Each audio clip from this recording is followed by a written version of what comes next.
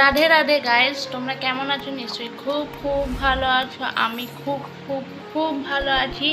আজকে জামাই ষষ্ঠীতে কারা কারা এনজয় করেছো সেটাও বলবে। আর আজকে তোমাদের জন্য একটা নতুন ভিডিও নিয়ে চলে এসেছি। সেই ভিডিওটা হলো তুলসী গাছকে কোন কোন কম্পোস্ট দিলে ঠিক হবে, চলবে, ঠিক আছে, তারা সুস্থও হবে, তার ব্রাঞ্চটাও আসবে, তার রুটটাও ভালো থাকবে, তার পাতা কোনো হলুদ হবে না, কোনো কিছুই হবে না, ঠিক আছে। তো সবার আগে দরকার হলো তুলসী গাছকে সুস্থ রাখার জন্যে গোবর সার, দ্যাট ইজ আ কাউ ডাং, ওকে, গোবর সার, দেন চা পাতা, দ্যাট ইজ আ টি, ঠিক আছে, টি ট্রি, ঠিক আছে। চা পাতাটা খুব দরকার। কেন দরকার আমি বলে দিই। চা পাতাটা কিছুদিন রাখার পরে তুমি যদি দাও তো আরও ভালো, মানে পুরনো হলে মানে দ্বিগুণ হয়ে যায় তার ফলটা, ঠিক আছে। আর যদি মনে করো যে না নেই, তাহলে ব্যবহার করা চা পাতা দিয়ে কোনো কম্পোস্ট যদি না থাকে দুটো কম্পোস্ট দিতে পারো। এটা হলো হলুদ, আরেকটা হলো চা পাতা। এই দুটো কন্টিনিউ চালিয়ে যেতে হবে অ্যাটলিস্ট। আর জুলাই মাসে মেনলি যেটা লাগে সেটা হলো নিমখোল। ওইটা ঠিক গুঁড়োও হয়, আবার চিনির মতোও হয়।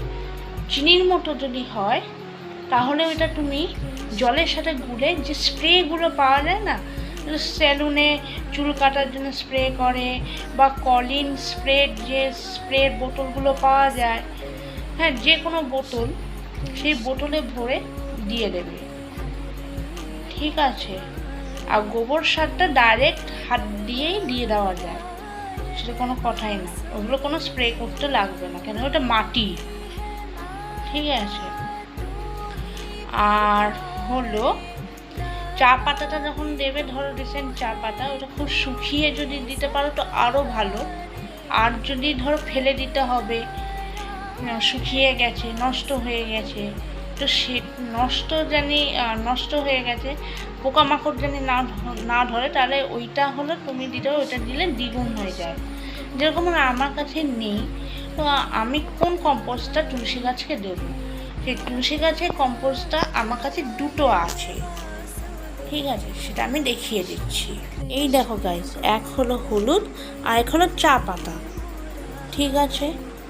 তো আমার কাছে যেহেতু এখন ঘরোয়া হবে, যেহেতু গাইস আমার কাছে এই দুটোই কম্পোস্ট আছে, তো আমি এই দুটো কম্পোস্ট দিয়েই আমি চালাবো এই মুহূর্তে। কেন কি জুলাই মাস থেকে তো পোকামাকড় চলে আসছে। তো আমি অর্ডার করে দিয়েছি নিমখোল, যেটা হলো পাউডারও পাওয়া যায়, আবার চিনির মতো পাওয়া যায়, আমি তো বলে দিলাম, ঠিক আছে। তো সেটা দেবে, ঠিক আছে। জুলাই মাস থেকে যেহেতু বর্ষাকাল পড়ে যাচ্ছে, সেটা বর্ষাকালের দিনগুলো পোকা হয় মাটিতে, তো দিতেই হবে নিমখোল, ঠিক আছে। আর বাকি দিনে যেহেতু কম্পোস্ট তুমি পাচ্ছ না, যেরকম আমি কাউডাংগুলো পাচ্ছি না, তারপর অনেক কিছু পাচ্ছি না, তো সেই জায়গাটা আমি কি করছি, হলুদ আর চা পাতাটাই আমি স্প্রে করছি, ঠিক আছে, মাথায় থাকলো। আর বাকি দিনে যেরকম নর্মাল তুমি জল ঢালো সেরকমই জল ঢালবে। আমি কালকে সকালবেলার থেকে আমি চা পাতা আর হলুদটাকে মিক্স করে স্প্রের ডাব্বায় আমি ভরিয়ে দেবো। যেরকম একটা স্প্রের ডাব্বা আছে, এই হলো কলিনের স্প্রের ডাব্বা আছে, আমি ভালোভাবে ধুয়ে নিয়েছি সার্ফ দিয়ে, ঠিক আছে, এটা কোনো গন্ধ নেই, ঠিক আছে, ভালোভাবে ধুয়ে নিয়েছি। এক্সপায়ার হয়ে গেছিলো, তো বোতলের জলটাই শুধুমাত্র ফেলেছি। স্প্রের যেহেতু মুখটা ভালো আছে, তো আমি আলাদা করে কোনো স্প্রের বোতল কিনিনি, তা আমি এটা দিয়েই চালিয়ে নেব। বোঝা গেছে কি বললাম? তো আমি কি করব, চা পাতাটা চা পাতাটা পারলে আমি স্প্রে করতেই পারি, কোনো প্রবলেম নেই, কিন্তু আমার মনে হয় চা পাতাটা মাটিতে ডাইরেক্ট দিলেই ভালো হয়। ঠিক আছে, আর হলুদটা যেটা আছে সেটা স্প্রে করলেই ভালো।